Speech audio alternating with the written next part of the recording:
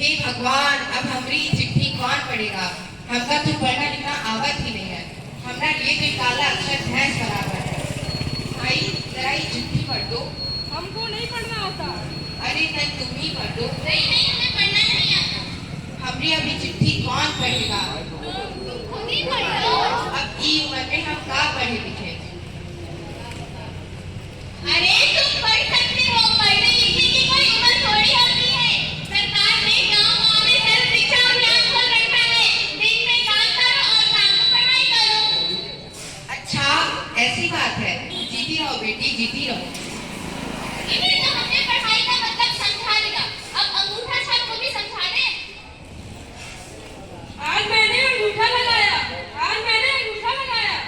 अरे भाई, अंगूठा कहाँ से काला करा है? अरे गांव के साहूकार ने किया है। हे भगवान, तुमने क्या कर दिया?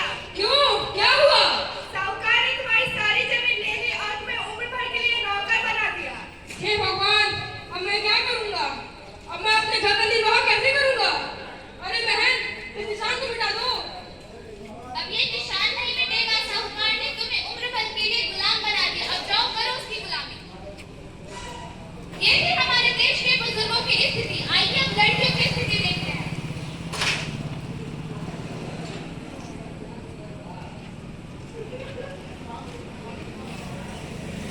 अरे तुम लोग ये क्या कर रहे हो? तुम लोग स्कूल नहीं जाते? तुम लोग की तो स्कूल जाने की उम्र है।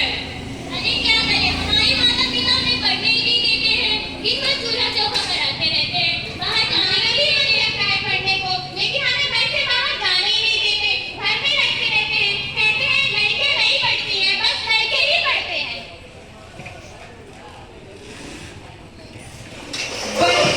बंद करो। लड़कियों का पढ़ना लिखना बंद करो। शादी करा दो। आज तुमने घर भी तो संभालना है। मैं निकल क्या ही कर देती? कौन सा बड़ा तीर मार देती? अरे यही तो सोच तुम्हारी गलत है। इसी सोच के कारण हमें की लड़कियां और महिलाएं शिक्षा से वंचित हो रही है और उनकी मानसिक और शारीरिक तनाव से जूझ रही है। आप बताइए, जो औरतें शिक्षित होने के बाद भी चार दीवारी में बंद हैं, क्या हम उनके साथ सही कर रहे हैं? कौन कहता है कि औरतें पुरुषों के साथ कंधा मिलाकर नहीं चल सकती? एक बार आप उन्हें मौका तो दीजिए, वो भी खुद को साबित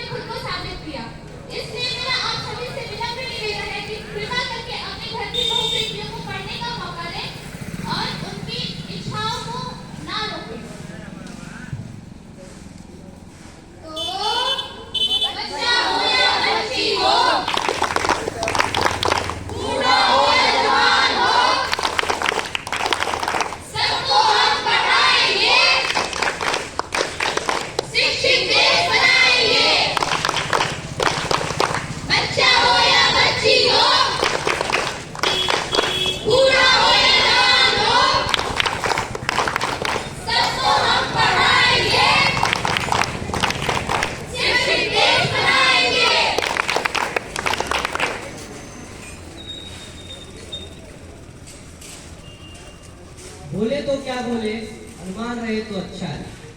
बोले तो क्या बोले और मान रहे तो अच्छा है, अपने अपने कर्तव्यों का ज्ञान रहे तो अच्छा है।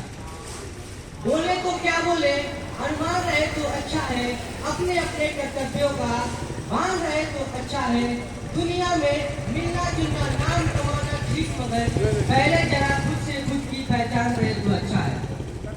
सुप्रभात आदरणीय ग्राम प्रधान सोसा श्री मुकेश राव जी, यहाँ पे उपस्थित समस्त सम्मानित जनतागण एवं प्रिय साथियों, आज सोसा के इस पवित्र वसुंधरा पर यश मेमोरियल पब्लिक स्कूल के बच्चों ने एक नुक्कड़ नाटक प्रस्तुत किया, जिसका मुख्य शीर्षक था सर्व शिक्षा अभियान। क्या आप जानते हैं सर्व शिक्षा अभियान क्या है?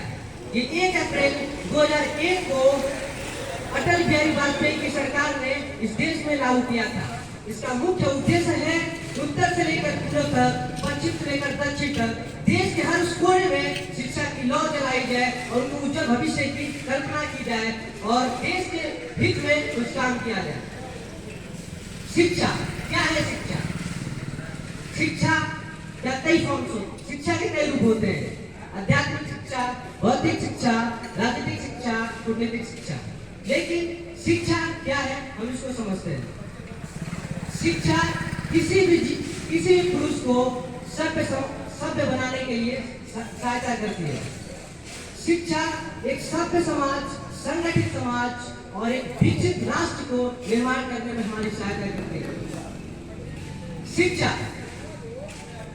शिक्षा जीवन में एक पुरुष को गलत और सही के बीच में फर्क करने की ताकत प्रदान करती है। शिक्षा समाज में समानता, एकता और भाईचारे का भावना प्रकट करती है। शिक्षा इंसान को मंदजीवी से लेकर बुद्धिजीवी तक का सफर कराती है। इसीलिए कभी